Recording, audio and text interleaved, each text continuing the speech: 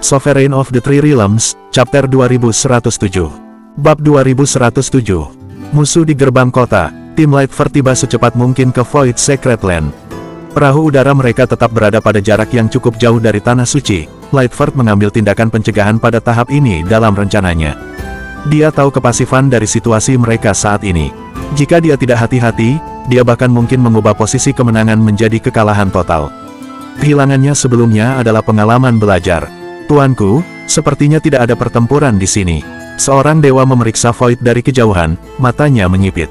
Mata Lightford sendiri sama tajamnya dengan mata elang. Mereka menyapu sekelilingnya, berusaha menemukan jejak atau petunjuk. Sayangnya, tidak ada yang tampak jauh dari tempatnya. Bukankah Teng dan Huang seharusnya ada di sini? Mengapa mereka tidak ditemukan? Tuanku, haruskah aku mengirim pesan? Dan bawa Lan Tianhao dan Su Yigu ke sini selagi aku melakukannya. Petik 2. Lightford berpikir sejenak, lalu mengangguk. Tentu, kalian berdua harus pergi dulu untuk memeriksa. Petik 2. Izin tuan. Mereka mendorong dua dewa untuk melayang ke arah Void dengan sinar cahaya, datang ke jarak yang masih jauh di luar formasi pertahanan. Daois Lan Tianhao, salah satu dari mereka menyatakan dengan keras, "Saya Du Zhen. Saya di sini untuk menyelidiki atas perintah Tuan Lightford. Tunjukkan dirimu segera." Petik 2. Ada jawaban yang sangat singkat dari dalam. Lan Tianhao dan Su Yigu datang ke ujung formasi, memandangi tamu-tamu mereka dari jauh. Daois Du, mantan meninju tinju. Apa kabar? Du Zhen meneliti keduanya di dalam formasi dengan cermat. Philo Dawas, bukankah kamu mengatakan bahwa Taois Teng dan Huang ada di sini? Mengapa saya tidak bisa melihat mereka? Petik 2. Nada suara Lan Tianhao keren. Mereka menyebut diri mereka Teng dan Huang, ya, tapi aku tidak bisa mengkonfirmasi identitas mereka. Mereka tidak dapat meyakinkan saya bahwa mereka adalah orang-orang yang asli, jadi saya ingat instruksi Tuan dan melarang mereka masuk. Mereka sudah pergi dengan gusar. Petik 2. Sudah pergi. Mata Du Zhen bergerak. Sudah berapa lama? Dia menekan. Kurang dari 4 jam, jawab Lan Tianhao setelah beberapa saat. Huff, mengapa kamu tidak menahan mereka di sini? Du Zhen agak tidak senang. Su Yigu menatap balik dengan sedih. Daois Du, ini bukan urusanmu apa yang kami lakukan, kan? Bukankah Master Lightford juga memberi Anda tugas? Mengapa kamu ada di sini? Apakah Anda malas? Petik 2. Du Zhen menjadi sangat marah. Aku di sini atas perintah Tuan Lightford. Kenapa kamu tidak keluar untuk menerimanya? Mengapa Anda menanyai saya? Petik 2. Haha, jangan mencoba menakuti kami dengan otoritas yang bukan milikmu. Teng dan Huang melakukan hal yang sama sebelumnya. Mereka mengatakan mereka akan melaporkan pembangkangan kami kepada Tuan Lightford, tetapi kami hanya bawahan dari Tuan itu sendiri. Kami akan mempertahankan tempat ini dengan hidup kami. Kecuali Tuan Lightford muncul sendiri, tidak ada yang bisa meyakinkan kita untuk meninggalkan tempat ini atau membiarkan siapapun masuk. Petik 2. Lan Tianhao sangat tegas. Du Zhen berkedip, lalu tertawa. Daois Lan, apakah kamu bahkan tidak percaya padaku? Bukan itu. Kami mendengar bahwa kekuatan utama Tanah Suci akan datang ke Tanah Suci Void berikutnya, jadi ada banyak tekanan pada kami. Kami tidak dapat menentukan apakah Anda asli atau tidak.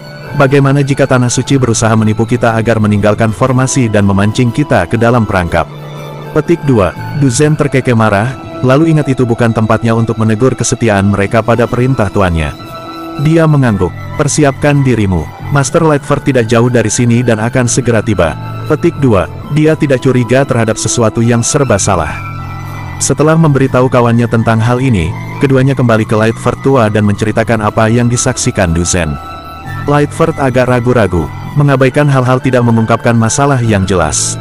Lan Tianhao dan Su Yigu bukan yang paling setia padaku di penjara tanpa batas, renungnya, jadi pengabdian mereka di sini mengejutkan. Aku ingin tahu apakah ada tipu muslihat.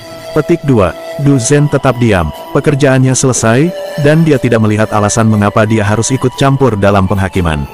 Lightford dapat memutuskan sendiri. Katakan, apa yang kalian pikirkan?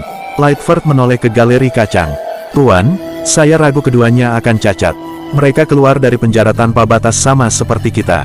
Tentunya lebih baik bagi mereka untuk memihak Anda daripada sipir mereka. Petik 2. Ya, jika mereka membiarkan masuk Daois Du dengan mudah, itu akan jauh lebih mencurigakan. Jika bahkan Daois Du tidak diizinkan masuk tanpamu di sana, Tuan Lightford, itu menunjukkan betapa seriusnya mereka menepati janji Anda. Petik 2. Lightford mengangguk sedikit, menganggap penjelasan ini masuk akal. Mari kita semua melihat-lihat, kalau begitu. Jangan lengah. terlihat hidup dan tetap waspada. Pria tua itu ingin melihat segala sesuatunya sendiri. Lan Tianhao dan Su Yigu tidak akan bisa membodohinya. Dia dan 8 dewa menuju ke tepi formasi. Lan Tianhao, Su Yigu, Tuan Lightford ada di sini dalam kedagingan. Mengapa Anda tidak keluar untuk menerimanya sekarang? Suara Du Zhen bergema sekali lagi. Sebuah cahaya muncul di dekat rombongan mereka, seolah-olah portal terbuka. Lan Tianhao dan Su Yigu muncul darinya. Salam untuk Tuan Lightford. Mereka memberi hormat kepada Lightford dengan tangan ditangkupkan segera setelah mereka muncul. Beberapa pengikut mereka sendiri membuntuti mereka. Lightford mengamati Lan Tianhao dan anak buahnya dengan waspada untuk melihat apa yang sedang mereka lakukan. Fakta bahwa mereka semua adalah dewa dan pembudidaya Empire lega dia. Jika Lan Tianhao hanya membawa orang-orang lemah ini, dia tidak mungkin menipu dia. Mereka semua adalah dewa, dan para dewa dan pembudidaya Empire ini tidak cocok. Plus, hanya ada beberapa pengaya ini dalam hal apapun. Lightford menusuk Lan Tianhao dan Su Yigu dengan tatapan tajamnya, seolah menembus tubuh mereka ke dalam jiwa mereka. Kalian berdua telah membuktikan pengabdianmu, begitu. Saya tidak berharap Anda untuk tetap kuat setelah Radiance dan Sunrise keduanya jatuh. Tidak buruk, tidak buruk. Nada suara lelaki tua itu penuh arti. Dua dewa yang dia ajak bergumam menjawab dengan rendah hati. Sovereign of the Three Realms, Chapter 2108. Bab 2108. Buka permusuhan. Meskipun Lightford memuji mereka di permukaan, kewaspadaan di hatinya hampir tidak berkurang. Kata-kata dan tindakan mereka tidak memiliki masalah yang jelas, tetapi dia tetap tidak tenang karena suatu alasan. Dia tidak bisa memastikan apakah ini berasal dari paranoia atau insting yang benar. Tuan Lightford, sesama kawan. Anda berasal dari Radiance dan Sunrise, ya. Para Daois yang dipenjara di sana pasti jatuh ke kesialan, kalau begitu. Suara Lan Tianhao agak suram. Ceritakan semua tentang Teng dan Huang. Apa yang mereka lakukan setelah datang ke sini? Lightford bertanya tiba-tiba. Jangan menahan apapun dariku. Lan Tianhao mengulangi apa yang dia katakan sebelumnya, menambahkan sesuatu yang ekstra.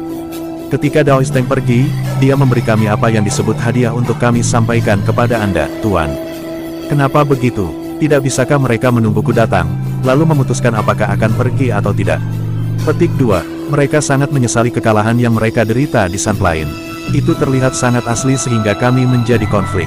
Kita seharusnya membiarkan mereka masuk, tetapi perintah Anda, Tuan, kami tidak ingin mengambil risiko. Petik 2. Apakah mereka mampu menyesal? Jika demikian, mengapa mereka tidak bergabung dengan saya sebelumnya? Benar, hadiah apa yang mereka tinggalkan untukku? Tanya Lightford. Perlihatkan kepada Tuan. Lan Tianhao melambaikan tangan. Seorang kultivator melangkah maju dari belakangnya, membawa sesuatu ke tempat Lightford dan bawahannya berada. Ekspresi Lightford menjadi gelap. Dia menatap tajam ke kultivator yang mendekat, matanya menyala dengan keinginan untuk melihat menembusnya.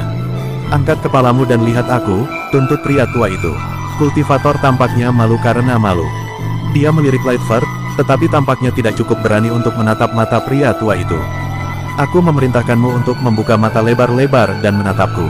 Jangan mengalihkan pandanganmu. Nada bicara Lightford terdengar jauh dan menindas. Kultivator itu gemetar, panik melintas di matanya.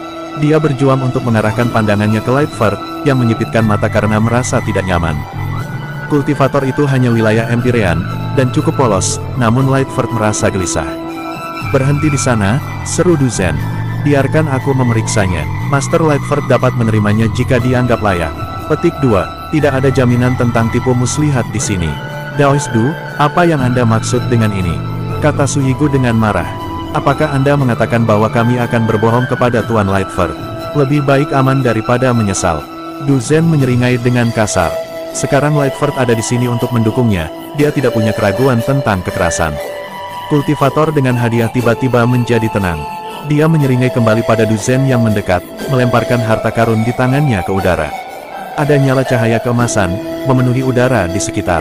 Tidak baik, agitasi melintas di benak semua orang. Sebagai yang terdekat, Du Zhen merasa paling tidak aman dari semuanya. Cahaya menghilangkan indera orang-orang yang melihatnya. Secara khusus, itu sangat menyilaukan sehingga mereka tidak bisa membuka mata mereka. Hati-hati, seru Lightford. Formasi dan jangan panik. Dia adalah pemimpin yang berpengalaman, dan tahu bahwa melarikan diri sekarang adalah tindakan yang sepenuhnya tidak pantas untuk dilakukan. Melakukan hal itu hanya akan menempatkan mereka dalam bahaya yang lebih besar. Namun, Du Zhen menjerit begitu dia selesai berbicara. Dia terus melakukannya dengan intens dan teratur, meskipun volumenya perlahan memudar menjadi kehampaan hanya dalam beberapa contoh. Du Zen, Lightford berteriak. Dia tidak menerima jawaban. Kalian semua, jangan bereaksi berlebihan. Tetap dekat dengan saya, tidak ada alasan untuk takut. Aku akan melindungimu. Lightford tahu bahwa jika kelompok itu dibubarkan, anak buahnya akan dihilangkan satu persatu. Hanya dengan tetap bersama mereka dapat mempertahankan kelompok dan formasi mereka. 7 dewa lainnya beringsut menuju Lightford tanpa ragu-ragu. Lan Tianhao, Su Yigu, kalian dua bajingan mengkhianati Tuan Lightford. Salah satu dari mereka mengutuk. Kamu layak mati. Tanggapan Lan Tianhao terbawa angin. Maafkan penghinaan kami, Tuan Lightford. Cara Anda mengundang kami untuk bergabung dengan Anda sebenarnya tidak sopan. Hari ini, kami hanya mengirimkan surat pengunduran diri kami. Daripada pengkhianatan, jalan kita tidak pernah selaras di tempat pertama.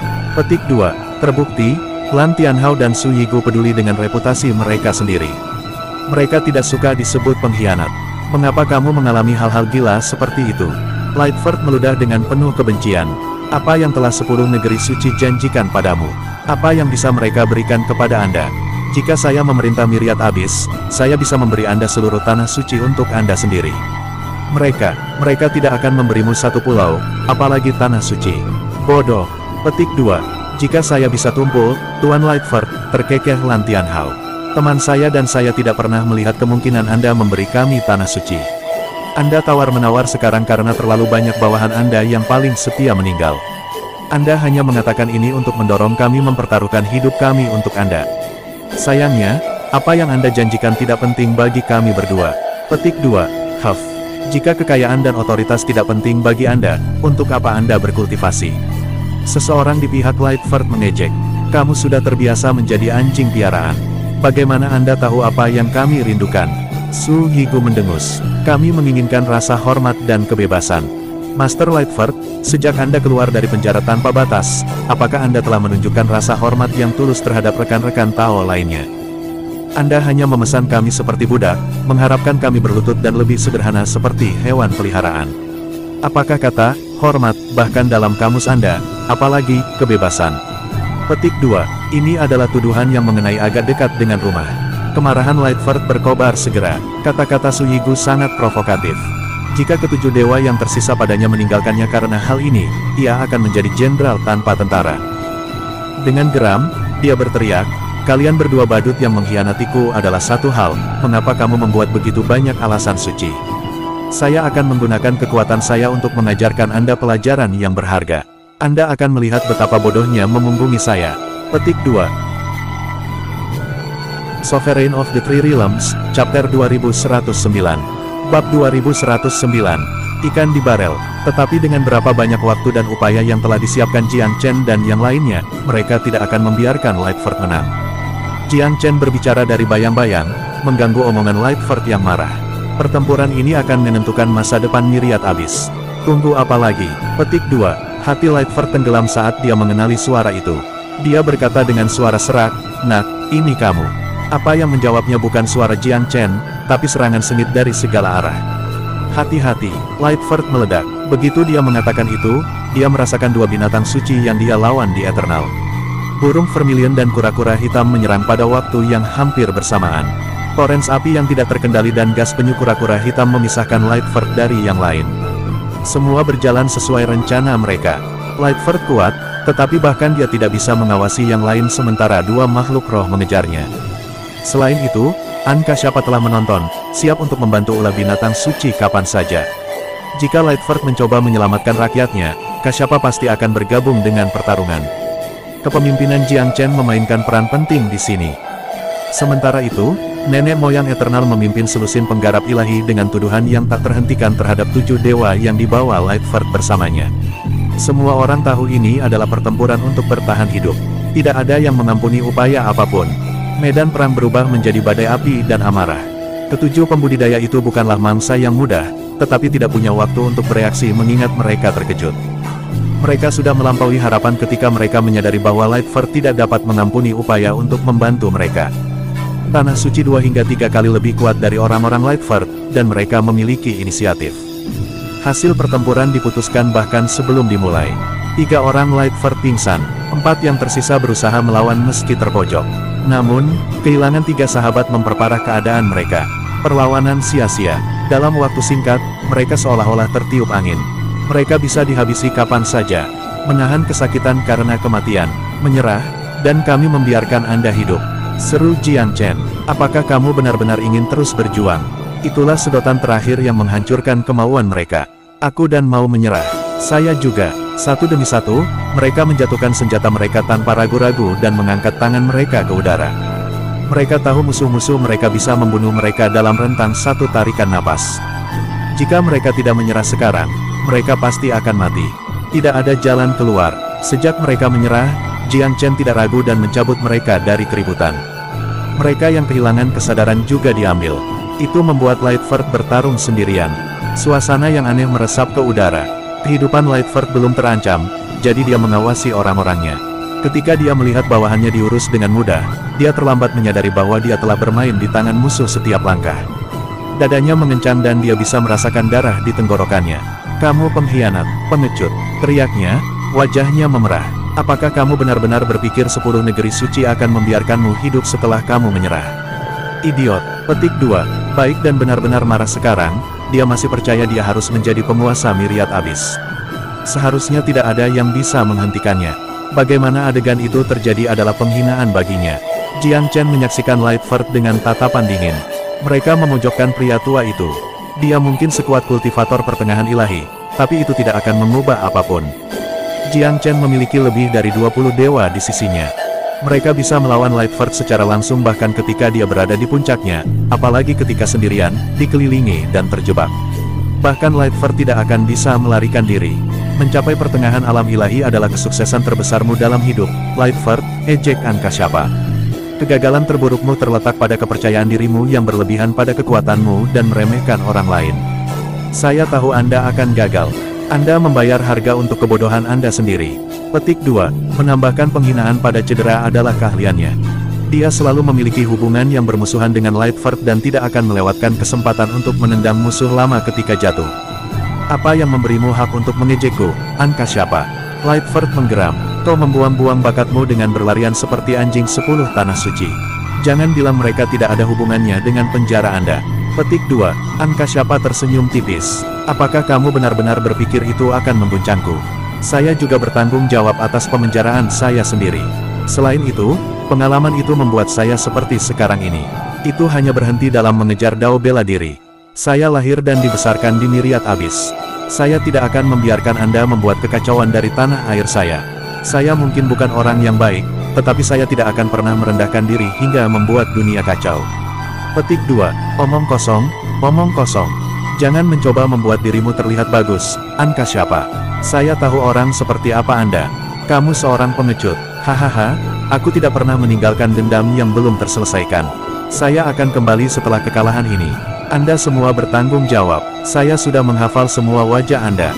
Suatu hari, saya akan membuat Anda membayar kembali ini 10 kali lipat. Petik 2. Jiang Chen mencibir. Betapa naifnya dirimu jika berpikir bahwa kamu masih bisa melarikan diri. Tujuannya selalu jelas. Dia akan menghancurkan Lightford sekali dan untuk selamanya. Orang tua itu tidak boleh dibiarkan merajalela di dunia ini. Adalah tugas kita untuk menyingkirkan dunia kejahatan ini. Semuanya, perintah nenek moyang eternal. Dapatkan dalam posisi dan jangan goyah. Kami akan mengirim iblis ini ke neraka hari ini. Petik 2. Bunuh dia. Dengan mencibir, Ankashyapa bergabung dengan keributan. Dia telah bertarung melawan Lightford dengan 2 binatang suci sebelumnya. Dia tidak akan menunjukkan keraguan sekarang. Sovereign of the Three Realms, Chapter 2110. Bab 2110. Misteri terselesaikan. Kekuatan Lightford melebihi harapan. Bahkan setelah bertahun-tahun di penjara tanpa batas, latar belakang, identitas, dan tingkat kekuasaannya masih belum diketahui. Semakin banyak dewa bergabung dalam pertarungan. Tidak butuh waktu lama sebelum setengah dari mereka semua menyerang Lightford. Setengah lainnya membentuk lingkaran di sekelilingnya di bawah perintah Jiang Chen kalau Lightford kabur. Belum pernah ada pasukan sekuat ini bekerja dalam konser sebelumnya. Namun Lightford membuktikan dirinya masih menjadi musuh yang perkasa. Bahkan serangan tanpa henti gagal mengganggunya. Jiang Chen mengerutkan kening saat menyaksikan pertempuran dari jauh. Lightford tampaknya telah menjadi lebih kuat untuk menghadapi serangan musuh-musuhnya. Bahkan ketika dikelilingi oleh banyak dewa, dia belum memberikan 1 inci pun. Meskipun ia tidak dapat melakukan serangan, pertahanannya tetap kuat. Mereka tidak akan menerobos dalam waktu dekat. Dia diselimuti lapisan kabut valet yang redup, memberinya suasana misteri dan kekejaman.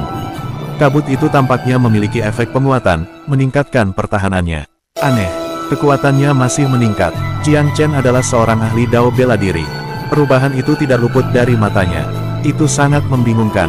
Ekspresi tak terbaca melintas di matanya ketika dia menyaksikan Lightford. Dia pikir dia sudah memahami kekuatan musuh kembali di Eternal. Namun sekarang, Lightford menjadi setidaknya 50% lebih kuat. Ada batas seberapa kuat seorang kultivator pertengahan ilahi bisa. Tidak masuk akal bagi Lightford untuk mundur dalam pertarungan terakhir. Bagaimanapun, pertempuran itu sangat penting baginya. Tidak ada alasan baginya untuk melarikan diri hanya karena dia tidak ingin menunjukkan kekuatannya yang sebenarnya. Namun, Jiang Chen yakin dia tidak salah menilai kekuatan Lightford. Itu membuatnya banyak pertanyaan. Kerja tim antara Tanah Suci juga bukan yang paling efisien. Mereka belum membentuk front persatuan dan serangan mereka tidak terorganisir. Kamu kuat sebagai individu, tetapi kamu harus bekerja sebagai sebuah tim, komentar Jiang Chen serius. Serangan tidak terorganisir seperti itu tidak akan mengancamnya. Hahaha, aku tidak berharap seorang pria muda sepertimu bisa memerintah para dewa tua ini, kata Lightford dengan nada yang tidak bisa dibaca. Jadi aku meremehkanmu. Dia dapat berbicara bahkan ketika dia sedang bertarung, yang menunjukkan bahwa dia belum mencapai batas kemampuannya dan masih memiliki usaha untuk meluangkan waktu. Itu adalah penghinaan terhadap para kultivator yang menyerangnya. Keraguan melintas di benak Jiang Chen. Sesuatu benar-benar buruk dengan Lightford. Dia seharusnya tidak memiliki waktu yang mudah dengan begitu banyak orang menyerangnya. Apa yang salah di sini? Mengapa Lightford tumbuh jauh lebih kuat? Spekulasi yang membingungkan memenuhi pikiran tuan muda yang abadi. Nenek moyang Eternal mencambuk sisi Jiang Chen seperti embusan angin dan berbisik rendah, langkah orang ini tidak mungkin untuk diprediksi, Jiang Chen. Jiang Chen mengangguk tanpa kata. Ada apa dengan penjara tanpa batas yang telah menciptakan seorang kultivator yang tangguh? Tidak mudah mengalahkannya, kata leluhur itu sambil menghela nafas. Kita harus menjatuhkannya, atau 10 tanah suci dan miriat abis pada umumnya tidak akan pernah tahu kedamaian. Nada bicara Jiang Chen ditentukan. Dia menatap Lightford dan kabut ungu aneh di sekitarnya, memanfaatkan mata Tuhannya semaksimal mungkin agar tidak melewatkan detail apapun. Burung vermilion mendekati Jiang Chen dalam sekejap merah. Apakah Anda memperhatikan, Tuan Muda Chen? Burung itu berkata dengan nada serius. Apa? Tanya Jiang Chen tanpa berpikir. Ada energi iblis yang tersembunyi di dalam dirinya, kata burung itu dengan sungguh-sungguh. Wajah Jiang Chen menegang. Energi setan. Betul, dia menyembunyikan energi iblisnya yang mudah menguap dengan kabut valet, tapi aku bertarung melawan iblis di zaman kuno. Saya tahu tanda tangan kehadiran mereka secara langsung. Ada sesuatu yang tidak ortodoks tentang Lightford. Petik 2, realisasi menyingsing pada Jiang Chen. Mungkinkah Lightford menjadi sisa dari setan? Dia berbalik ke nenek moyang Eternal. Yang mulia, apakah ada setan di miriat abis di zaman kuno? Apakah penjara tanpa batas menyimpan? Petik 2, Lightford berhenti, tidak yakin. Penjara tanpa batas telah ada sejak zaman kuno. Saya selalu tahu penjara sebagai warisan kuno. Penjahat-penjahat yang tak dapat ditawar-tawar dan roh-roh kejam dari berbagai generasi yang tak terhitung jumlahnya disimpan di sana. Lightford bukan seseorang dari generasi kita. Paling tidak, saya tidak pernah mendengar namanya saat tumbuh dewasa. Petik 2, yang berarti Lightford dipenjara sebelum waktumu, jawab Jiang Chen rendah. Nenek moyang itu mengangguk. Seharusnya begitu. Itu menyebabkan kecurigaan, gumam Vermilion Bird, menatap Jiang Chen dengan tatapan menyala-nyala. Tuan Muda Chen, jika Lightford adalah iblis, kita tidak boleh membiarkannya melarikan diri. Semua iblis harus diberantas. Petik 2, burung itu telah melalui masa kuno yang bergejolak di mana iblis berlari merajalela. Sudah menjadi sifatnya untuk mewaspadai mereka. Dengan demikian, bahkan tidak bisa tetap tenang ketika datang ke setan. Niat membunuh melintas di mata Jiang Chen. Dia akhirnya menyadari mengapa kekuatan Lightford tampaknya meningkat tanpa penjelasan. Lightford pasti telah membangkitkan energi iblisnya, yang memungkinkannya memanfaatkan potensi tubuhnya yang tersembunyi, membuatnya lebih kuat. Itu adalah salah satu metode pertempuran iblis. Apa yang membuat setan sulit ditangani adalah segudang trik aneh yang mereka miliki. Hampir mustahil untuk bertahan melawan mereka semua. Jika dia iblis, kita tidak bisa membiarkannya hidup, kata Jiang Chen serius. Jika dia pergi ke perangkatnya sendiri, dia akan mengganggu urutan seluruh benua Divine Abyss. Jika dia bertindak melawan kita dari dalam, seluruh benua bahkan akan runtuh. Petik 2. Burung Vermilion Bird dan Eternal mengangguk dengan ekspresi muram. Sekian dulu video kali ini. Untuk selengkapnya, kalian tidak boleh like, komen dan subscribe. Terima kasih. See you next time and bye-bye.